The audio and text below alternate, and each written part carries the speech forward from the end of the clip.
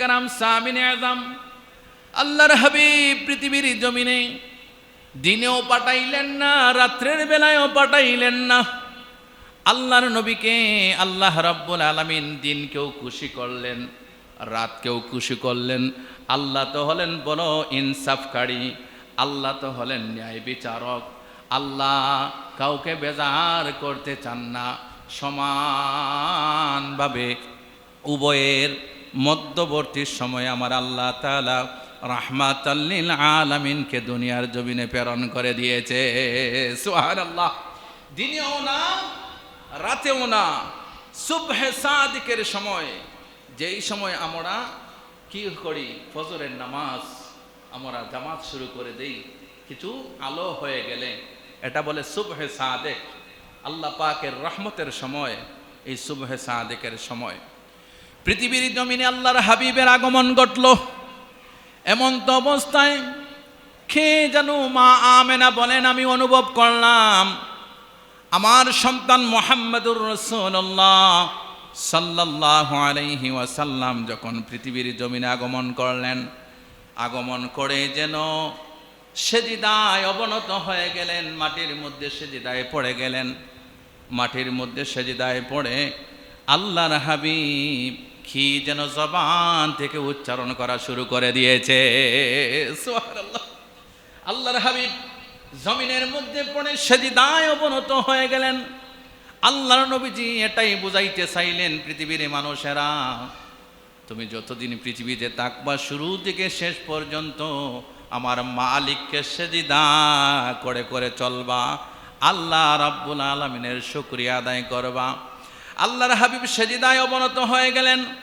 মা আমেনা বলেন, আমার সন্তান যখন পৃথিবীতে আসলো তখন ওই লজ্জাস্থান, পৃথিবীর জমিনে কোনো সন্তান ভূমিষ্ঠ হইলে তাকে দৌত করাইয়া পবিত্র করতে হয়, কিন্তু আল্লাহর নবীকে খেয়ে জানো, আল্লাহর নবীকে খেয়ে জানো মা আমেনার কাছ থেকে কি করলো, কিছু সময়ের জন্য আল্লাহর নবীকে যেন আল্লাহর হাবিবের মার হাত থেকে যেন তুলে নিয়ে গেল।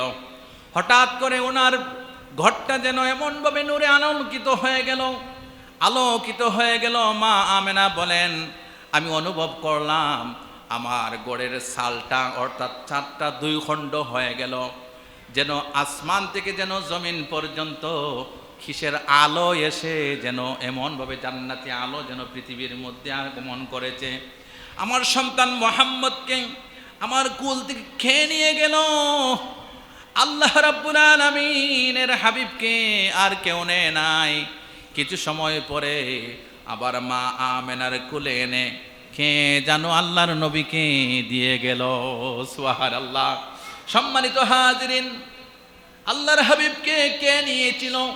ঐতিহাসিকগণ ইবনে কাসির, আল্লামা ইবনে কাসির রাহমাতুল্লাহ আলাইহি বিদায়া ওয়ান নিহায়া কিতাবের ভিতরে উল্লেখ করেন, আল্লাহর হাবিবকে আল্লাহর পক্ষ থেকে জিবরাইল আমিন এসে আল্লাহর নবীকে তুলে নিয়ে গেলেন।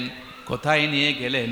আসমান, জমিন, লৌহ, কলম, আরশ, কুরসি সব কিছু আল্লাহর নবীকে আমার রাহমাতাল লিল আলামিনকে ভ্রমণ করাইয়া দেখায়া নিয়ে আসলেন। সুবহানাল্লাহ। শুধু তাই না, আল্লাহর নবী হুজুরে পাক সাল্লাল্লাহু আলাইহি ওয়াসাল্লামকে নিয়ে যাওয়ার পরে আল্লাহর নবীর সিনা সাক করা হলো। সিনা সাক মানা হলো আল্লাহর নবীর বুক মুবারক কি করলেন, নাভি পর্যন্ত ওপেন হার্ট সার্জারি যাকে বলা হয়, ওপেন হার্ট সার্জারি করে একেবারে গলা থেকে নিয়ে নাভি পর্যন্ত এমনিভাবে কেটে জিবরাইল আমিন কি করলেন, আল্লাহর হাবিবের ভিতরে আল্লাহ রাব্বুল আলামিনের হুকুমে ইলম প্রবেশ করায়া দিলেন। আল্লাহ রাব্বুল আলামিন নূর প্রবেশ করায়া দিলেন। আল্লাহ রাব্বুল আলামিন পৃথিবীর যত জ্ঞান রয়েছে, বিজ্ঞান রয়েছে, ডাক্তারি রয়েছে, সব জ্ঞানের মহাজ্ঞান আল্লাহ রাব্বুল আলামিনের পরে আল্লাহর নবীর ভিতরে আমার আল্লাহ পাক ঢোকায়া দিয়েছে। সুবহানাল্লাহ। আমার ভাইয়েরা, হযরতে জিবরাইল আমিন ওপেন হার্ট সার্জারি করে আল্লাহর হাবিবের ভিতরে থাকা অন্তর নামক স্থানটাকে বাহির করলেন। ওই হার্টটাকে বাহির করে কি করলেন? কাউসারের পানি দ্বারা দৌত করলেন। আমার ভাইয়েরা কাউসারের পানি দ্বারা দৌত করে আল্লাহর নবীর ওই হাড়টাকে আবার জাগা মতো প্রবেশ করাইলেন। জাগা মতো প্রবেশ করাইয়া কোনো সিলাই লাগে নাই, কোনো কিচ্ছু লাগে নাই।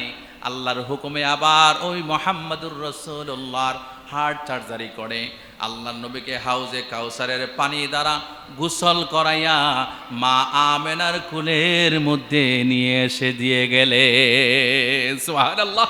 হযরত জিবরাইল আমিন মা আমেনার কুলে এনে দিলেন। মা আমেনা বলেন, আমার কুলে যখন শিশু মুহাম্মদুর রাসূলুল্লাহ সাল্লাল্লাহু আলাইহি ওয়াসাল্লামকে দেওয়া হলো, আমি অনুভব করলাম, তাকায়া দেখলাম আমার সন্তানের শরীর থেকে যেন কিসের সুঘ্রাণ বাহির হচ্ছে, এমনকি আমার সন্তানের শরীর থেকে যেন ফুটা ফুটা পানি ঝরে পড়তেছে। সুবহানাল্লাহ। এমনকি যখন আমার সন্তানটা আমার গর্ভ থেকে পৃথিবীর জমিনে আগমন করল, আগমন করার সাথে সাথে এমন আলোকিত হয়ে গেল, ওই নূরের আলোতে শাম এবং রোম এবং পারস্যের বড় বড় রাজপ্রাসাদগুলা হাজার হাজার কিলোমিটার দূরে, যেখানে মক্কা থেকে শাম, রোম এবং পারস্যের ওই সম্রাটের বিল্ডিংগুলো আমি আমেনা অনায়াসে স্পষ্ট দেখতে পেয়েছিলাম। সুবহানাল্লাহ। ওই নবী মুহাম্মদুর রাসূলুল্লাহ সাল্লাল্লাহু আলাইহি ওয়াসাল্লামের নূর মুবারকের আলোয় আলোকিত হয়েছিল আল্লাহর হাবিবের মা আমেনার ঘর মুবারক। সুবহানাল্লাহ।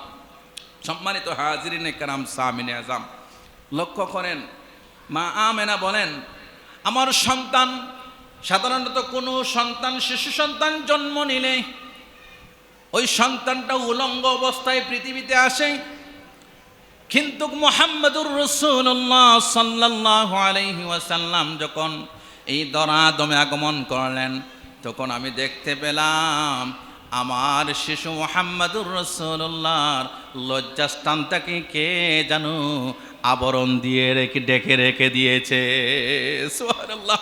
শুধু তাই না, সাধারণত মা তার সন্তানের লজ্জাস্থান দেখে, কিন্তু মা আমেনা বলেন, কে যেন আমার সন্তানটাকে খতনা করায়া আমি আমেনার কোলে দিয়ে গেল। খতনা করতে হয় নাই, আমার নবীজি খতনা অবস্থায় পৃথিবীতে আগমন করেছিলেন। সুবহানাল্লাহ।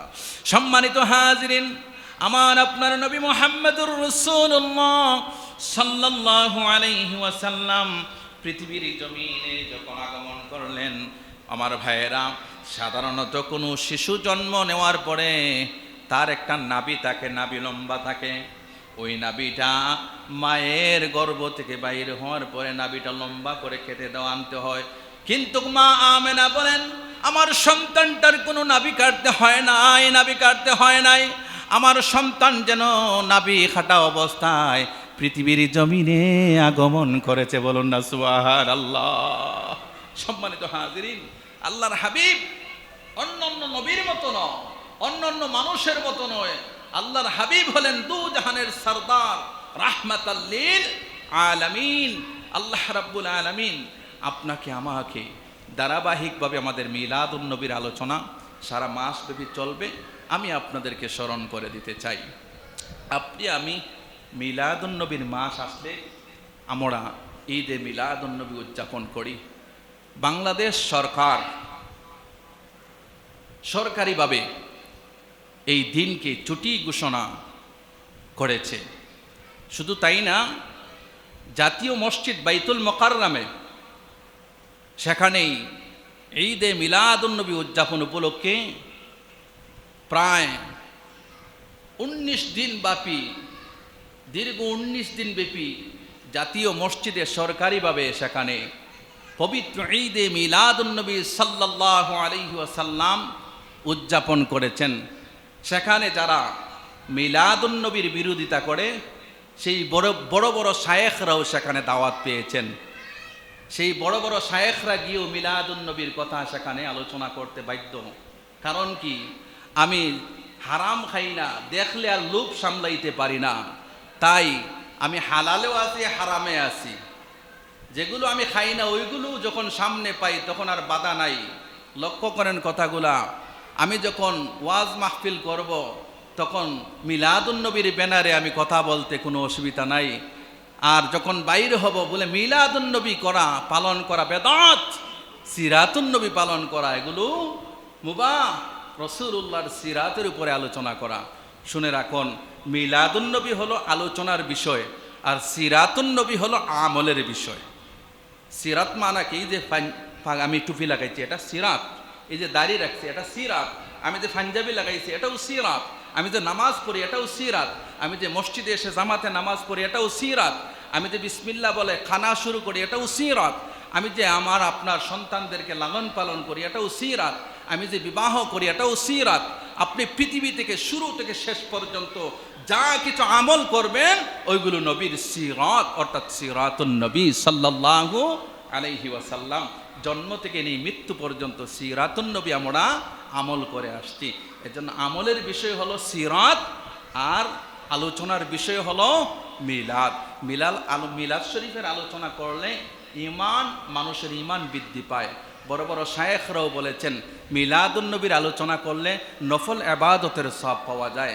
মিলাদুন্নবীর আলোচনা করলে আল্লাহর হাবিবের নজরে করম নসিব হয়ে যায়। তাই আপনাকে আমাকে ওই দিকে লক্ষ্য রেখে যেন আপনি আমি নসিহত করি, কথা বলি। আল্লাহ রাব্বুল আলামিন সব বিষয়ের উপরে আমাদেরকে আমল এবং হেদায়েতের উপরে আল্লাহ তাবারাকা ওয়া তাআলা যেন অটল থাকার তৌফিক দান করেন। সবাই বলুন আমিন। সাল্লাল্লাহু আলা সাইয়্যিদিনা ওয়া মাওলানা মুহাম্মদ ওয়া আলা আলিহি ওয়া আসহাবিহি।